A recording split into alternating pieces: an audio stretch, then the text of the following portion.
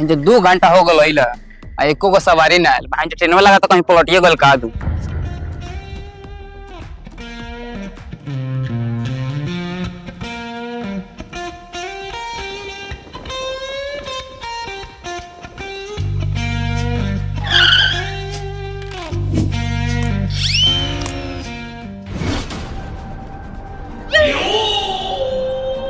कारे सर भाई क्या कर रे? ये चलिए पत्र गाँव में लाड़ता थी तो कैसा लगी रे? ए माधव तुमको पता है हम कौन है? ए पाता बारे लोटना हो छेदीराम के बेटा। अरे साला बाप के नाम ले ले तो।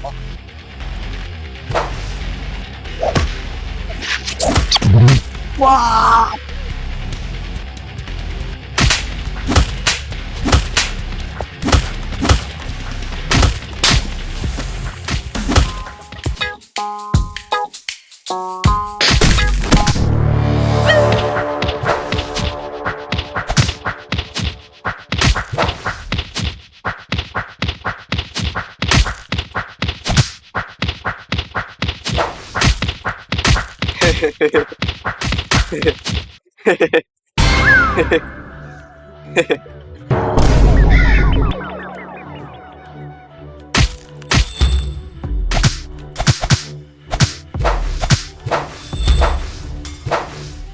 अरे बाप रे, अरे बाप रे, अरे बाप रे।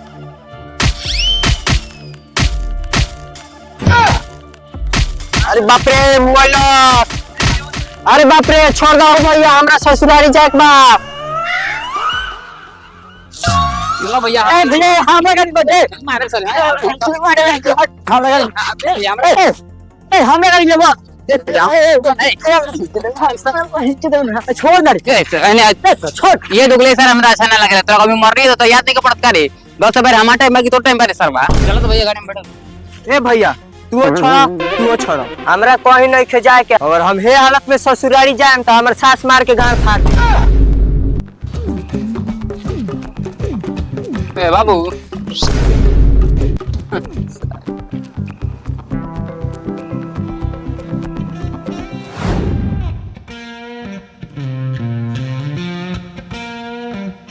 साला कोनो लड़की हो कि नहीं सब पटत। रुमाल पिया।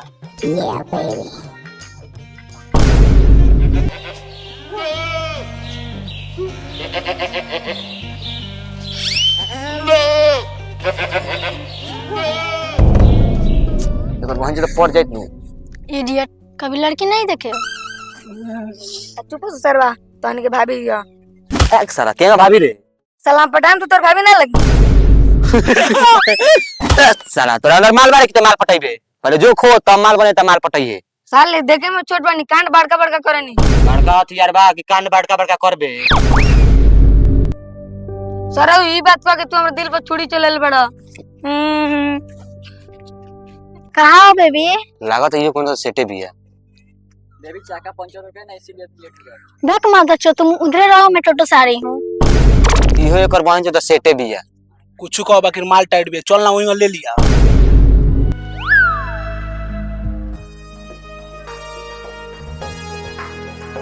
भाग मार चो दियो वो गइल। भाग मार चुत बाजो का मर ले। चल सही से।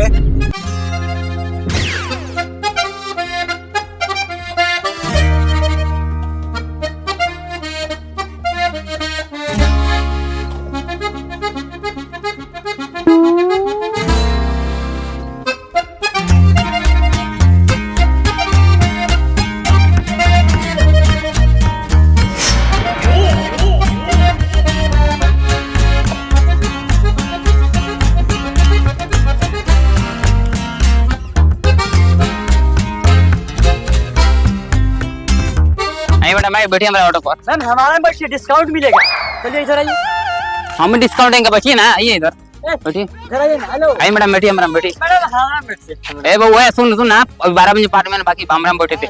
आइए तो मैडम बैठिए। सही बैठिए तू। मैम आप मेरे टोटो में बैठिए, अभी मेरा टाइम चल रहा है। नहीं मैडम आप हमारे ऑटो में बैठिए तो बैठिए। सही बैठ जाए। हट बहुत छोड़ दे। सर चुप, मैं हमारे पे बैठेगी। मैडम जी तुम्हारी मेहरारू है कि चुप पे बैठेगी? अम्मी से बात करो, जिस समय उस पे बैठेंगे। क्यों किसी पे बैठिएगा? अभी मेरा टाइम हो रहा है, मुझ पे बैठिएगा। चल ना चल तारा पर बैठ है ना टाइम होता तो मैम का मन है मुझे बैठने के लिए तो मुझे बैठेगी। आइए मैडम, तो आइए, तो आइए। ए मैडम आइए ना, बैग आपका पास। ए मैडम चलिए, तो चलिए।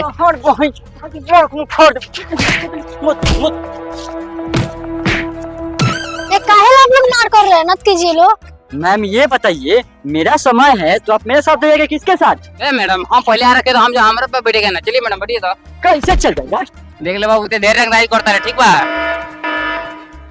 हाँ देख 12 बज गए। 12 बजे गल तो कार्य सर बा, हम एको को सवार लेके मिलल सुबह से, ठीक बा? हमारा बैठे। चलिए मैडम। ऐसे कैसे बोलती? हट देख, हमारा रंगदारी ला लुकनू आए तो मजबूर मत कर, चुपचाप चल दे, ठीक बा? चलिए बैठिए। ए मैडम ये कहता नहीं डिस्काउंट के साथ फास्ट सर्विस बा हमार, वो तो बैटरी ही है, धीरे धीरे जाई।